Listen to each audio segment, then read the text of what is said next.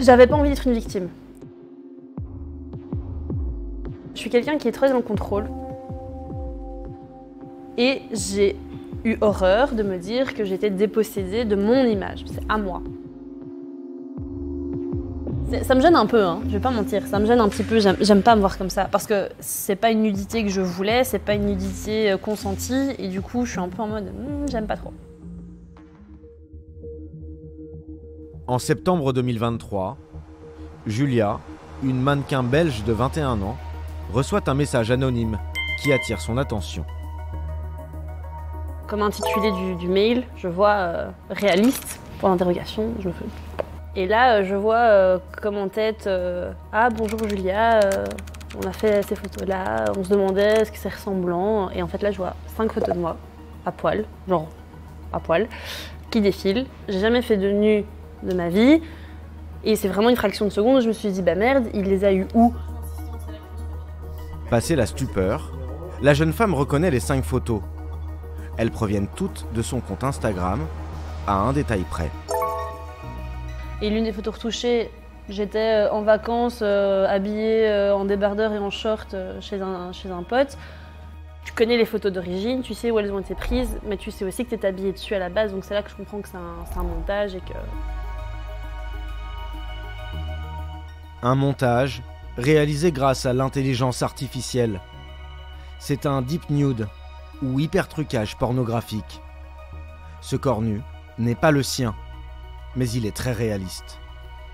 C'est juste, on m'a enlevé mes vêtements, on a imaginé une poitrine mais qui ressemble à ma poitrine, des abdos qui ressemblent à mes abdos et une taille qui est ma taille. Enfin, c'est pas dire qu'on a pris ma tête, qu'on l'a greffé à un corps ou un corps à ma tête. C'est tout à fait moi. Je veux dire, il n'y a rien qui a été ajouté, qui a été amplifié, qui a été amélioré. Je veux dire, les abdos, c'est mes abdos. Je veux dire, la poitrine, c'est la même proportion. La plupart des victimes de deep nude, principalement des jeunes femmes, se taisent car elles ont honte. Julia, elle, a décidé d'alerter en publiant l'une des photos. Je voulais qu'on se rende compte du réalisme et d'à quel point ça pouvait être effrayant. Et ça parle plus. Une image, ça vaut 1000 mots. Julia a également porté plainte. L'auteur n'a toujours pas été identifié. Pour générer ces photos, rien de plus simple. Sur Internet, les sites et applications proposant de réaliser des deep nudes pullulent. Contre quelques euros, parfois même gratuitement, on vous propose de déshabiller qui vous voulez. Plus besoin de posséder et de maîtriser un logiciel de retouche. L'intelligence artificielle s'en occupe en un temps record. En Belgique, 14% des jeunes ont déjà reçu un deep nude. Et les victimes sont de plus en plus nombreuses. C'est vraiment un grand sentiment de viol ou d'atteinte à l'intégrité sexuelle au moins de la victime. Elle se sent vraiment exposée dans toute sa fragilité et toute son intimité. Le fait que ces applications puissent utiliser, c'est incompréhensible. Je ne peux pas imaginer une utilisation positive d'une application pour créer des deep nudes. L'intelligence artificielle déshabille les corps. Elle peut aussi cloner les visages et les voix à la perfection. Une arme redoutable au service des escrocs qui rivalisent d'ingéniosité. J'ai décidé de distribuer une partie de mon argent à tous les Français. Un faux Alain Delon, ressuscité d'entre les morts et qui distribue sa fortune dans un casino en ligne. Commencer à jouer dès aujourd'hui. Le célèbre youtubeur et comédien Cyprien Yov a ou créé encore ce journal télévisé imaginaire qui fait la promotion d'une application frauduleuse. Tout le monde peut gagner des milliers d'euros chaque jour. J'essaie toujours d'aider les gens et cette application permet d'augmenter les revenus. Tout est faux. Mais les arnaques, elles, sont bien réelles et peuvent atteindre des dizaines de millions d'euros. Alors quand l'IA arnaque, attention, danger. Cette histoire choquante d'une femme française qui s'est fait escroquer 850 000 $ par un prétendu Brad Pitt.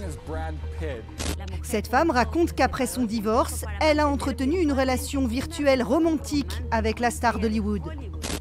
il ne s'agit pas de l'acteur, mais d'une fausse version de lui, créée par l'intelligence artificielle. L'histoire de Anne a fait le tour du monde. Elle est devenue malgré elle le symbole de ce que l'on appelle l'arnaque au sentiment. Manipulée par des escrocs qui l'ont ruinée, comme elle l'a raconté dans l'une de ses rares interviews. Ma vie, en fait, est résumée, alors même si ça ne se voit pas comme ça, j'ai un box avec de 6 mètres carrés à l'île Maurice, dans lequel j'ai mis ce qui me reste, en fait, parce que j'ai été contrainte de vendre mes meubles pour qu'il ne me reste, enfin, qu'il me reste un petit peu d'argent pour vivre quand même et pour pouvoir me battre. Des escrocs qui utilisent l'IA pour se faire passer pour des célébrités. Sur les réseaux sociaux, certaines sont devenues malgré elles des appâts, comme Florent Pagny. Le chanteur a d'ailleurs réagi sur son compte officiel pour alerter ses fans. Et je fais cette vidéo pour te rassurer sur mon identité, ainsi que ta fille Aurélie. Voilà mon seul et unique... C'est ma voix, c'est moi qui parle, mais j'ai jamais filmé ça. Des arnaques qui semblent même être organisées à échelle industrielle. Nous avons créé un profil semblable à celui de la majorité des victimes. Une femme d'une 50aine d'années, Corinne. En quelques heures seulement, après l'ouverture de ce compte, 3 prétendues célébrités nous contactent. Patrick Bruel, Florent Pagny et David Hallyday. Ce dernier est le plus entreprenant. Pour nous mettre en confiance, il nous envoie rapidement des messages vocaux. Bonjour ma chère Corinne, j'espère que tu as passé une bonne nuit. Cesse mon message vocal comme promis, tu es entre de bonnes mains. Le français est approximatif et la voix un peu robotique, comparée à la vraie voix du chanteur. Salut, j'espère que vous allez bien, c'est un bon week-end. Comme dans cette vidéo officielle. Vous remercier d'avoir autant liké, autant commenté mon nouveau clip. Nous décidons de tendre un piège à ce prétendu David Hallyday. Avec l'aide de 7 experts informatiques qui se présentent comme un chasseur d'arnaqueurs. Pour les infiltrer, on a plusieurs choix. Moi, je pars sur l'idée, en fait, d'envoyer un lien piégé avec un programme malveillant. Et par ces biais-là, on peut leur donner des virus sans qu'ils s'en rendent compte et infecter leurs ordinateurs. Et à partir de là, on a accès à tout. Désormais, nous pouvons fouiller dans l'ordinateur piraté. Et nos découvertes confortent nos soupçons. On a sa véritable identité. Onimici, qui visiblement n'est pas le nom de David Hallyday. Et on se rend compte qu'ici, on a une adresse IP également. Et en la récupérant et en regardant où ça nous emmène, on tombe au Nigeria, dans la ville de Abuja. Le Nigeria, l'un des fiefs de ces escrocs, spécialistes de l'arnaque au sentiment. Et on se rend compte qu'en fait, notre David Hallyday ressemble plutôt à ça. Donc ça, c'était dans son ordinateur. C'est sa photo de passeport, comme lui l'a indiqué. J'ai également trouvé dans son ordinateur un fichier MP3 d'une voix clonée, comme on peut voir, Cloned Voice, de David Hallyday. Nous en avons désormais la preuve. Ce vocal que Corinne avait reçu a bien été généré par une intelligence artificielle. Il a utilisé un site gratuit qui permet de cloner des voix très rapidement avec juste un fichier audio. On le sait parce qu'en fait, on peut retrouver ce nom d'application, le nom du site qu'il a utilisé, dans le fichier audio. Voilà comment les brouteurs se font passer pour des célébrités. Un logiciel gratuit, en ligne, et un court extrait de la vraie voix suffisent. À peu près 2 ans que beaucoup s'en servent. Et dès qu'il y a eu tout cet avènement d'intelligence artificielle, d'outils gratuits, maintenant ils s'en servent quasiment tous. Plus inquiétant, des logiciels existent désormais pour cloner une voix en temps réel, c'est-à-dire pendant une conversation en direct. Apolline de Malherbe, qui anime les matins sur RMC et BFM, nous a autorisé à créer une copie de sa voix. 8h32 et vous êtes bien sur RMC et BFM TV, merci d'être... On va commencer par récupérer la voix de Apolline. Donc, j'ai mis dans mon logiciel le fichier audio et on va faire quelque chose de très simple, on va cliquer sur un bouton. C'est aussi simple que ça. Ok, et donc là, ça va... Ça entraîne, entraîner le logiciel avec la voix qu'on lui a qu'on lui a données. C'est exactement ça. On va récupérer les propriétés, on va dire, de la voix, les intonations. Voilà, on voit, c'est déjà fini. En moins de 10 minutes, la voix artificielle d'Apolline de Malherbe est générée. Pour savoir si elle est crédible, nous appelons Maxime Switek, un autre journaliste de BFM. Il ne sait pas qu'il est filmé. Allô. Ouais, salut Maxime, c'est Apo, ça va? Ouais, et toi? Ouais, désolé, ça capte mal. Dis-moi, est-ce que je peux t'embêter 5 minutes? J'étais encore à BFM et j'aurais aimé te proposer une idée d'émission, mais j'en ai pas encore parlé à Fabien. Je voulais voir si t'as 5 minutes pour se voir là. Je t'en parle, je te montre un truc et tu me dis ce que t'en penses. T'es dans ton bureau? Je suis après les numéros, tu vas au son, les numéros. Ouais, j'arrive. Maxime obtempère et nous rejoint dans le studio où nous tournons. Salut. Tu cherches Apolline? Je savais que c'était pas ça, mais j'étais curieux de voir ce que c'était. Bon, raté, quoique. Mais en même temps, il y a quelque chose de sa voix quand même. Comment t'as fait pour... Alors, est-ce que tu veux qu'on te montre comment on a fait? Ouais. Alors vas-y, installe-toi. Il est 8h32 et vous êtes bien sur RMC et BFM TV. Merci d'être dans ce studio. Vous êtes le coordinateur de la juste France avec ça, Insoumise. on peut cloner une voix. Donc ce que j'ai entendu moi, c'est exactement ça. Il y a son numéro de téléphone qui s'affiche, donc quand je décroche, moi je pense que c'est elle. Oui. J'entends la voix, j'ai un doute, mais c'est-à-dire le doute n'est pas suffisant pour que je raccroche tout de suite. Le doute fait quand même que je viens jusqu'ici. Voilà, ça reproduit la voix. Donc en fait, si on utilise les bonnes intonations, les bonnes inflexions, les bonnes expressions, ça sera retranscrit et ça pourrait même être un clone identique dans ce cas-là. C'est vraiment une question de jeu de rôle en fait. Donc il faut que celui qui appelle soit une espèce de déjà un peu d'imitateur, un peu d'acteur dans ce qu'il fait. Il y a un petit peu de ça et surtout, il faut connaître la personne, savoir les affinités qu'il y a. Oui. Faut avoir tout un tas de renseignements, mais si on est suffisamment renseigné sur tout ça, c'est open bar. Non, c'est impressionnant. C'est impressionnant. Dans certains cas, la supercherie peut être indécelable. Jennifer De Stefano en a fait l'amère expérience. En janvier 2023, cette mère de famille de l'Arizona reçoit un appel anonyme.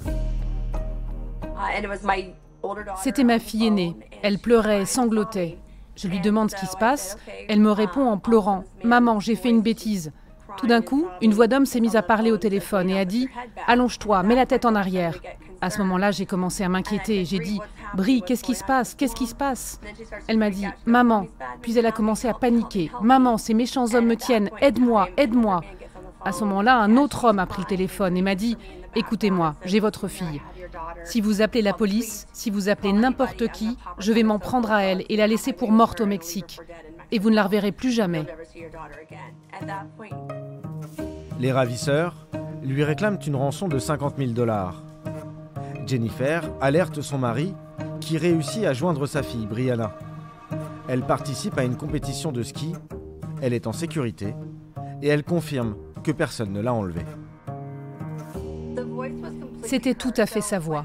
Quand j'ai répondu au téléphone et qu'elle a dit « Maman », je n'ai pas douté une seconde qu'il s'agissait de ma fille. C'était vraiment sa façon de parler. Jennifer est loin d'être un cas isolé. Les histoires similaires se multiplient aux États-Unis. Elle est devenue la porte-parole de toutes ses victimes, allant même jusque devant les sénateurs, les implorant d'agir vite. Je vous pose la question. Quand votre mère vous appelle, allez-vous raccrocher et la rappeler pour vous assurer qu'il s'agit bien d'elle? Quand votre enfant vous téléphone pour vous demander de l'aide, allez-vous interrompre l'appel et dire « Je ne crois pas qu'il s'agisse vraiment de toi » C'est ça le monde dans lequel nous vivons? Qui veut de cet avenir avec une intelligence artificielle hors de contrôle? C'est seulement mon histoire, mais je ne suis pas seule. Et je ne serai certainement pas la dernière si rien n'est fait. Impossible de savoir combien de personnes ont été visées. Mais une chose est sûre, désormais, tout le monde est une cible potentielle, que ce soit dans sa vie privée ou sur son lieu de travail.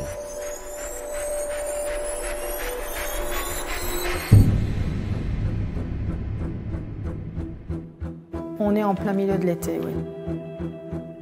Je suis en train de prendre un petit déjeuner et je reçois un message via WhatsApp de mon président qui me dit qu'il a un sujet urgent et confidentiel. Il me demande de me connecter à une visio. Donc je me connecte à cette visio et je le vois lui. C'était son visage, mais il avait un visage très fermé, comme s'il était extrêmement soucieux. Par contre, je ne l'entends pas et je lui fais remarquer. Je mets fin à la discussion et il me contacte par message écrit sur WhatsApp. Il m'explique d'abord par écrit ce qu'il attend de moi. C'était en gros que je l'aide à faire l'acquisition d'une société.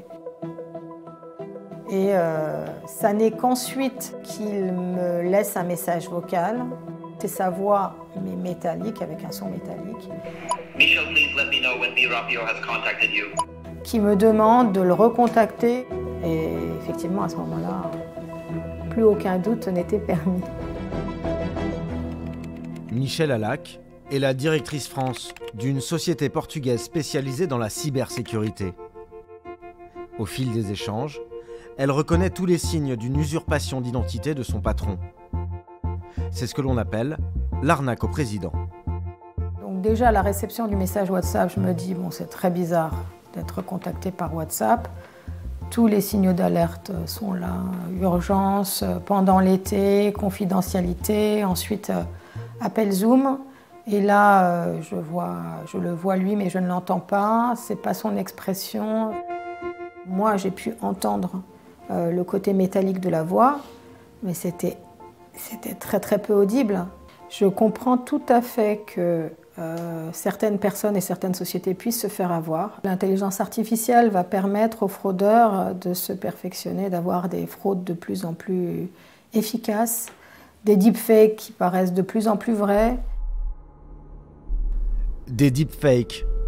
Comprenez des doubles numériques qui ont déjà permis à des arnaqueurs d'escroquer des sommes considérables. Janvier 2024, quartier des affaires de Hong Kong. Un employé d'une multinationale britannique reçoit un message de son directeur financier basé à Londres. Il doit effectuer un virement urgent de plusieurs millions de dollars. Méfiant, il demande l'organisation d'une visioconférence avec ses supérieurs. Son directeur financier, ainsi que 3 autres cadres de la société qu'il reconnaît, apparaissent. Les visages, les voix, les expressions, tout est conforme à la réalité. L'employé, rassuré, opère alors 15 virements bancaires vers 5 comptes différents pour un montant total de 26 millions de dollars. Il faudra plusieurs jours pour que cette société se rende compte qu'elle a été la cible d'une gigantesque escroquerie au mode opératoire inédit.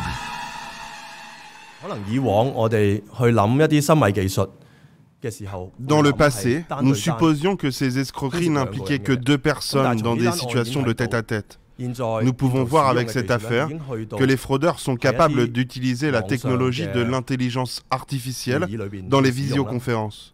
Donc les gens doivent désormais être vigilants, y compris dans les réunions impliquant plusieurs participants. Un an plus tard, ni les auteurs, ni l'argent n'ont pour l'heure été retrouvés.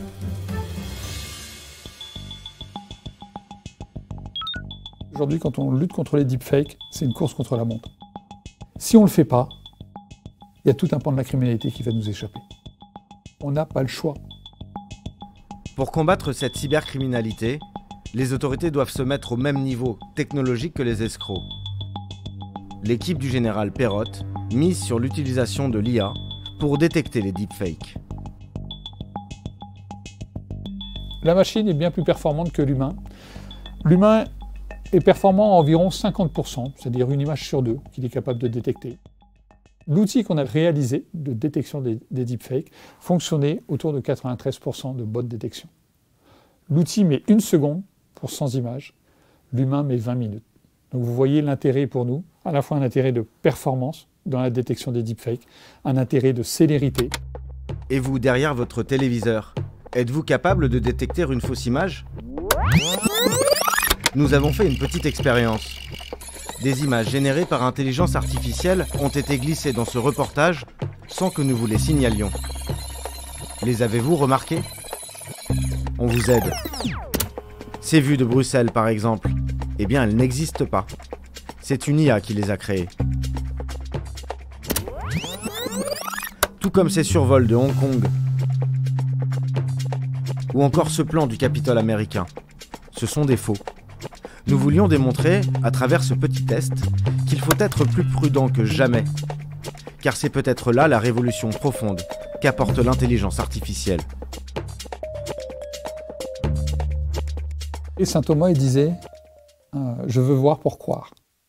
Aujourd'hui, même en voyant, il ne faudra plus croire.